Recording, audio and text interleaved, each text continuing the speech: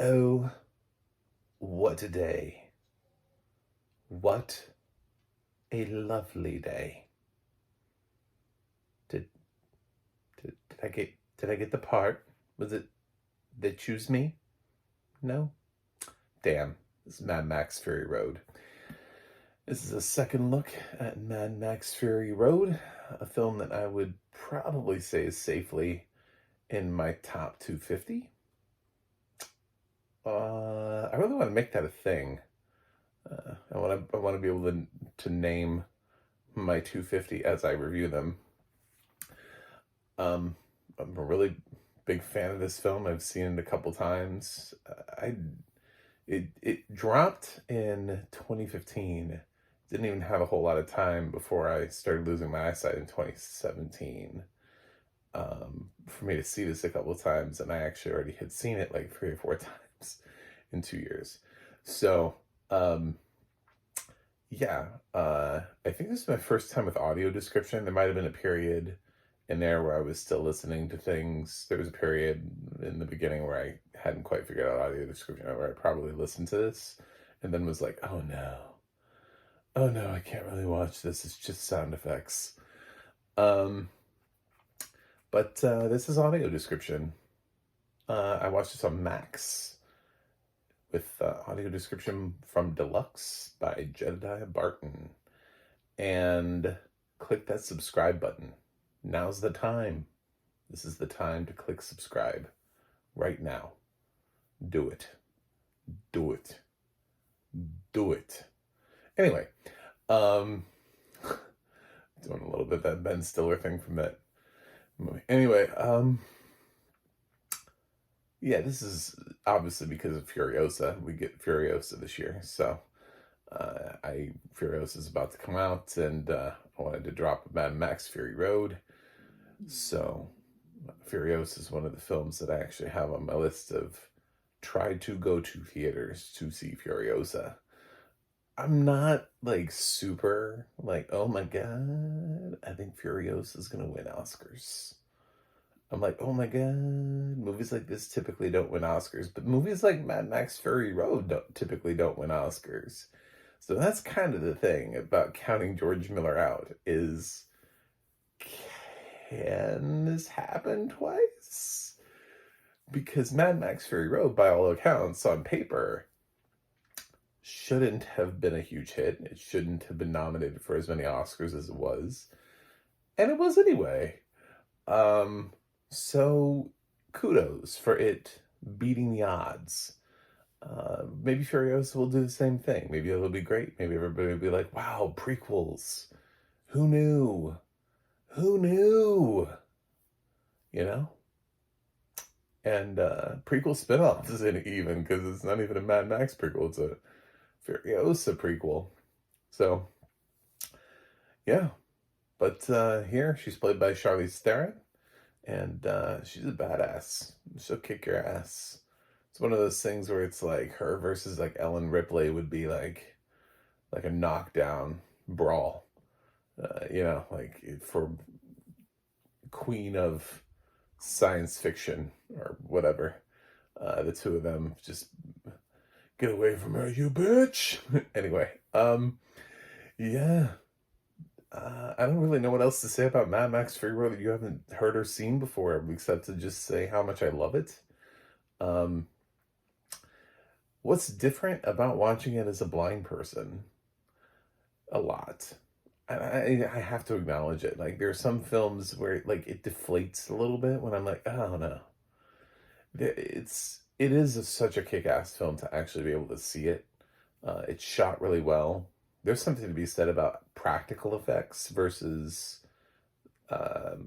CG effects. In certain films, I don't miss it. In certain films, I'm like, oh, well, that was fun. You know, I don't... or the plot is strong enough. Most of this is like a giant car chase. So it becomes really hard. There isn't a lot of plot. There isn't like a huge, deep mystery here to uncover. Some cool lines that are memorable, but most of it is visuals and if you're gonna get two things together to try to get those visuals, it's gonna be Deluxe and Jedediah Barton. Those are two things that'll give you a pretty strong chance at knocking this one home. And I feel like it did a pretty good job. The only film I've ever really truly been disappointed by was Wall-E, which I actually think tried really hard, but it's so hard to capture the little facial movements of Wall-E, which are the things when you have a nonverbal character like that. I mean, just in the way that Wall-E moves ever so slightly, or his eyes twitch, it's just he breaks your heart, man. I don't know how to say it, but like it's so hard to audio describe Wall-E. Um, I know that they tried, but and I don't know what would have happened if I'd never seen Wall-E, if I came at it from that way. But going at it from the seen to not seen, I can't do it. It just doesn't work.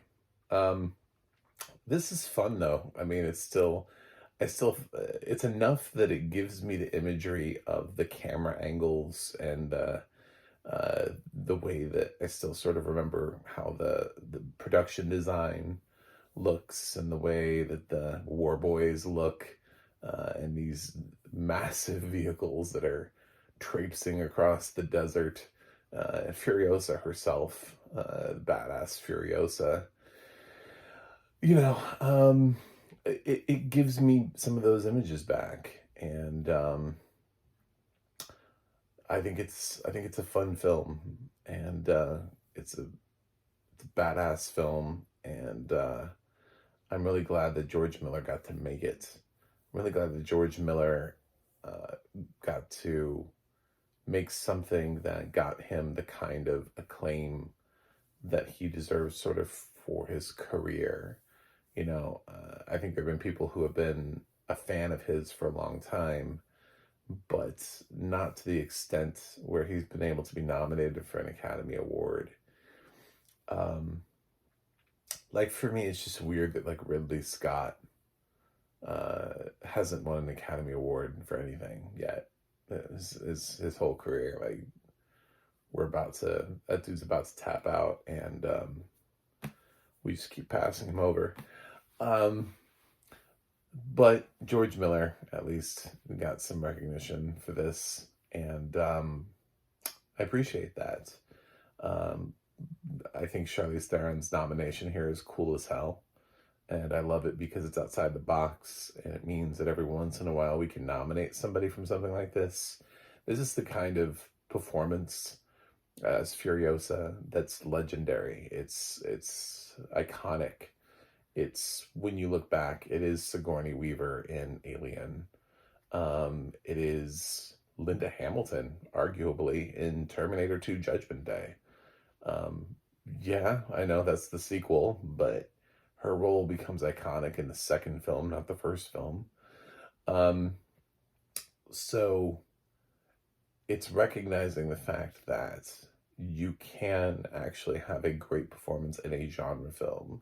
So for those this year in a 2024 film, it gives hope to the cast of Dune, I would say. Because right now everybody's like, I don't know that Dune's going to get any acting nominations. Maybe they will. Maybe Timothée Chalamet will pull out an acting nomination, you know? Maybe his performance will be considered iconic enough that people will be like, oh, well, we should make sure we get that nominated. It's just like Ian McKellen did get one for Lord of the Rings. So, um, yeah, it's every once in a while somebody looks at a genre film and says that performance stands out above the rest. Johnny Depp in Pirates of the Caribbean. And, of course, now Charlize Theron in Mad Max Fury Road. Um, there's, I think this is tough for me because I actually haven't seen Monster. I've never wanted to see Monster. Is it weird that I just don't want to see films about serial killers? Um, it's like I avoid Hannibal Lecter things. I didn't see the Jeffrey Dahmer thing on Netflix. I just wasn't excited about Eileen Wuornos, you know? So I haven't seen at some point I feel like I should sit down and watch that just because of all the hype around Charlize Theron's performance. But to me, this is the performance that best encapsulates Charlize Theron.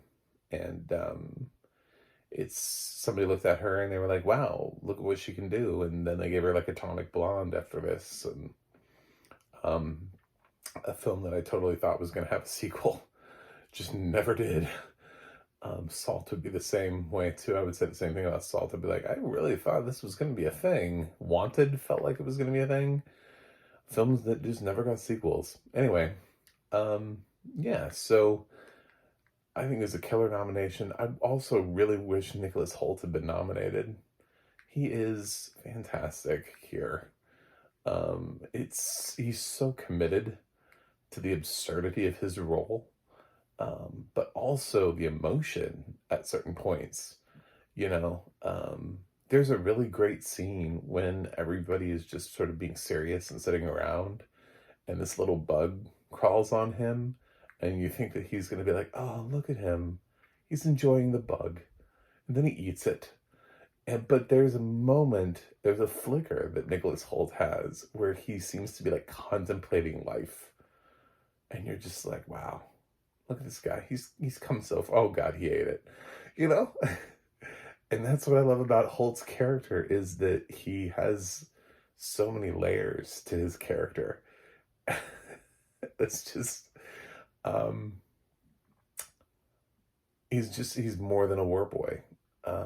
And he ends up proving himself and putting his life on the line for something bigger than himself. And that's pretty great. Anyway, I love Mad Max Fury Road. I think the audio description is as solid as it can be. I'm not going to give it too high a praise because it's almost impossible to translate everything onto screen. I don't know how else you can. It doesn't do it. I'll say it doesn't reach that mark. There's a lot in this. There's a lot that's happening in this. There's a lot of, in terms of production design, when you think about how many Academy Awards this film is nominated for and how unlikely it is that films like this are nominated, even all the way up to Best Picture, that's what makes it stand out, is that George Miller used so many practical effects, which look so cool when you actually can see them, when the vehicles actually look like vehicles and not, you know, shiny objects in a green screen. When your actors are uniquely clothed, when everything is sort of like its own vision, and then he's using camera angles and sweeping around and making this chase, this giant across this barren landscape chase, feel so incredibly epic. It is, this film is balls to the wall. And I think this film has solid audio description. I just don't know that this film has like the best audio description for me to jump up and down and be like, oh my God, it did everything. It brought me everything that I needed, because I still feel somewhat incomplete. And that's just the comparison. That's just the way that it is between sighted and blind, is having that comparison, being able to see and then not see. There's a flicker. There's that something missing. And I think it's that thing that would make somebody realize why this is special. If I was to have conversations with blind people around the time of the Oscars, if I had been, talking to them around 2015, 2016, I guess, when this film was actually nominated, and said, okay, well, this is it. I don't know if it translates. I don't know if if it feels any different than any other action film, but it should, because it looks very different from any other action film, feels very different than any other action film. The craft is there. And the look of the film, the color grading, everything in this film is spot on. And George Miller's direction is exceptional. This is one of my favorite films of all time. And I do think, and I do appreciate the fact, because this film would be just so painful to watch without audio description, because it's so heavily action. And what I will say is that by having the audio description and having had that experience before, for anybody, and this is true for films as we move forward. This film is not quite 10 years old, but the longer we go, there's going to be more and more people who lose their vision throughout time, who used to see things and now don't. And the fact that we have the audio description, it brings back a lot of the memories. So this does a really good job of igniting a lot of the memories that I had had of the film that I'd seen a couple of times. And I can almost recreate that experience in my head. And I'm pretty happy with it. So overall, this is why we need audio description and why we need it on classic films. Because chances are, if you help us and you get us there, we can do the work. Our brain will do a lot of the work for us. Not on every film. There are a lot of films that I saw where I'm like, I've seen too many damn films. My brain deleted this one. But those are usually the films I don't care about. The films I do care about, like this, it matters a lot. So, I'm really happy that this has audio description and that I got to watch it. And I love this movie. So, I'm going to give Mad Max Fury Road an A+. It gets the plus to indicate that this is one of my favorite films of all time. Yep, Mad Max Fury Road. I think it just kicks ass. And in all of the best ways. And hopefully Furiosa will too. So, anyway, thanks for watching. Thanks for subscribing. I'll watch something else and see you guys on the other side.